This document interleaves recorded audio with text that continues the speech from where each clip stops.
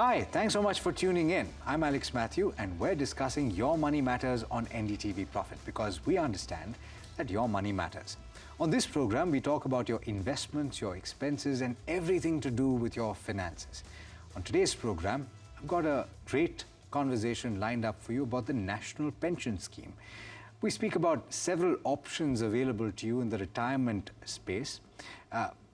Investments in mutual funds, investments, of course, in the Employee Provident Fund, but the NPS is not something that is focused on very often. There are various options available to you when it comes to investing in the NPS.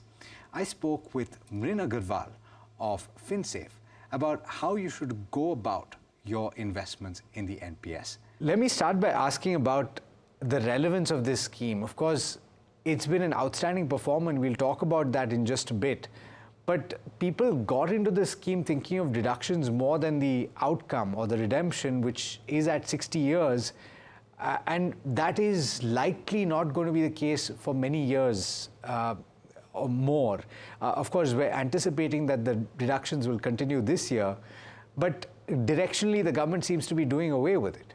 So what is the relevance of the NPS and how much of your allocation should be towards it? So good evening, Alex, and thank you for having me on the show as always. I think NPS is still very, very relevant. One, because in the new tax regime, you still get a deduction. The salaried employees still get a deduction up to 14% in the new tax regime as well. Secondly, we are really undermining the amounts that we need for retirement. Now, let's say you have somebody who's 35, 40 years old with 1 lakh rupees of expenses. You actually would at least need a corpus of about 7 to 8 crores at retirement. And just the EPF or just by investing in a fixed return scheme is really not going to help you reaching there, right? So irrespective of whether the tax deduction benefits remain or not, the reality still remains that you do need a product where you can save for retirement, given and in it which allows you to invest into equity, which is low cost as well, and gives you a pension. Now, the biggest reason that NPS really works is because the funds are locked in and you're leaving your money over there to compound versus utilizing the funds for other needs or utilizing the funds for other investments because you feel that those investments are better. So I think there is still a need for the NPS simply because one really needs to save a good amount for retirement. Okay.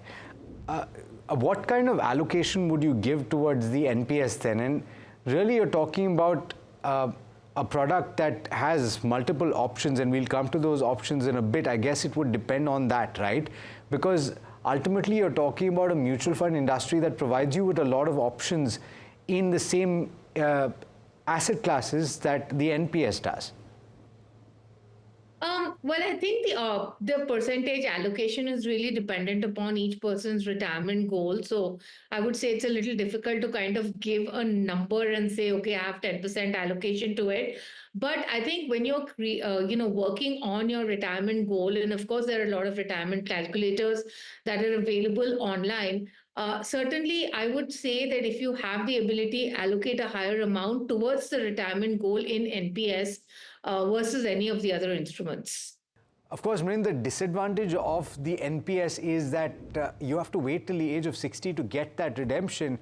And so for people who want to look at financial freedom by the age of 50 and want to draw on the funds that they've been saving for many years, this would be a drawback, wouldn't it? Oh, yes. And that is one of the bigger disadvantages because if you're looking at early retirement, you really don't have that much access to the funds. So, the first thing is that at the age of 60, only 40% of the amount has to be moved into a pension plan. And that number is even bigger if you are actually removing it, let's say, at the age of 50, right? So you're going to be moving almost 80% into a pension plan. So that inflexibility certainly is there with the scheme. Okay. So let's assume that you do want to retire at 60, and so therefore it makes sense for you, or even if you don't, you want a certain amount of money available to you, 60% of which will be tax-free as a lump sum. The investment options available, there are quite a few. How do you make sense of it, Mrin?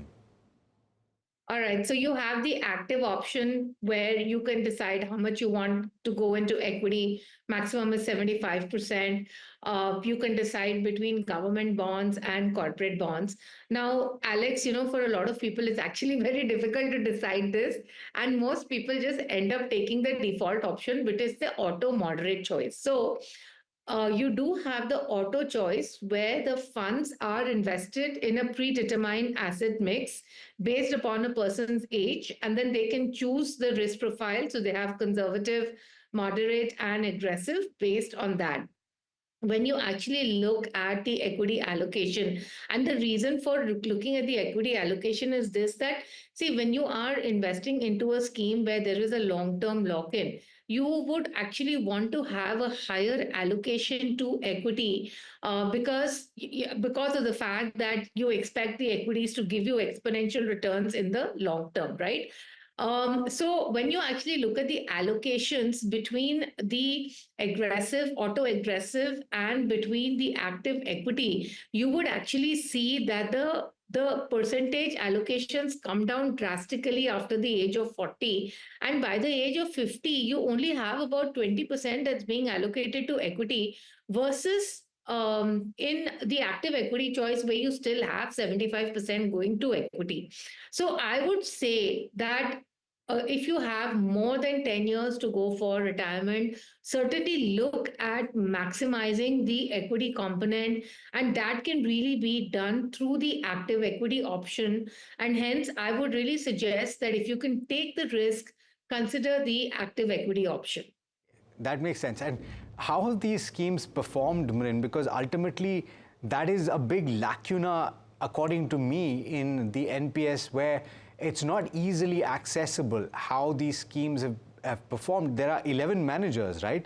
How do you see which scheme to invest in based on performance? Yeah, actually, that's one of the things that I keep saying, that it's very difficult to get rolling returns on NPS to actually make the right comparison. But you do have some SIP returns which are available publicly as well. And looking at the SIP returns again, when you see for example, the active corporate bond option has given SIP returns have been in the range of about 7.5%.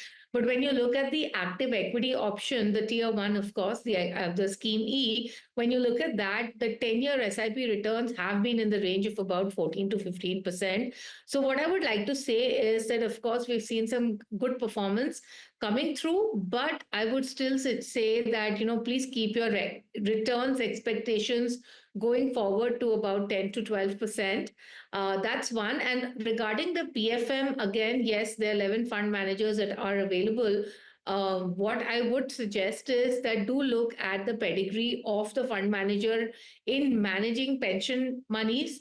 And of course, look at the consistency of past performance.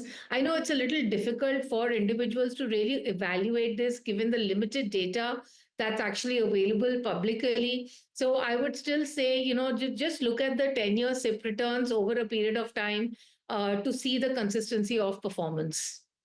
15% odd is what the SIP investment in the active equity component of the NPS has given you, which is quite good if you think about it, especially if you think about the tax-free returns that you get on a component of it, which is 60% of the corpus. Now, it so happens, Mrin, that there is going to be an option for systematic withdrawal as well, kind of like, I think, what you have with the mutual fund industry. If that option is available, should you take it? Oh, absolutely. Alex, one of the most difficult things for people is actually to plan out how to get that regular return from their retirement corpus. It's not at all easy because, when you look at the fixed return options, they're in any case extremely limited, and most of them are taxable, right? Whether you look at fixed deposit or if you look at post office MIS or RBI floating rate bonds and whatever the senior citizen scheme, right? Now, the advantage with this SLW is that firstly, you don't have to figure out, like when you get this lump sum, you don't have to figure out how do I plan out this lump sum now to get regular returns out of it? Or even if you have to just invest it further, it's not something that you really need to think about, right? Because the money is already remaining invested. And you can set up this SLW. And, while it has not been clarified yet, but I still believe that the returns are going to be tax free, because if the 60% lump sum is tax free, if you're just utilizing the option to remove it as a systematic withdrawal, they shouldn't be. I mean, ideally, even that should be tax free, So you have these two big advantages where you don't have the headache to figure out what to do with the lump sum. The withdrawals are there on a regular monthly, quarterly basis, and they're also going to be tax free. And the third thing is that the remaining money is just, are remaining invested and are growing. And remember, it's a corpus that's been there over a period of time, right? So that's the other advantage as well. Mrin, now when it comes to withdrawal, the other factor to take into account is the 40% which you have to put into an annuity scheme. And there are several options here. How do you choose the right one? Okay, so there are various options that are available. The first one is annuity for life, where the subscriber gets it for life. And now there are two options always. One is with return of purchase price, and the other is without return of purchase price. So, without return of purchase price means that there is no payout to the nominee. With return of purchase price means that there is a payout to the nominee. So, you have like annuity for life, then you have annuity for life, then it's paid to the spouse as well. And the third one is where it is payable to self, spouse, parents, and then to the nominee, right? See, the difference between these plans is really going to be the payouts that are going to be there on the pension. So typically, the ones without return of purchase price have a higher pension. They're typically in the range of about 7 to 8%, whereas the ones with return of purchase price are between 6 to 7%. As such, I would recommend always take the one with the return of purchase price. I think the IRR that you're going to make there is going to be higher. The internal rate of return, basically. All told, the option that Mrin has just given you is the best option available. Of course, there's more to talk about with regard to the NPS, some of which has to do with the extension of the NPS beyond the age of 60. But Mrin, I'll hold that for another day. Thank you so much for joining in and for giving me the perspective that you did today.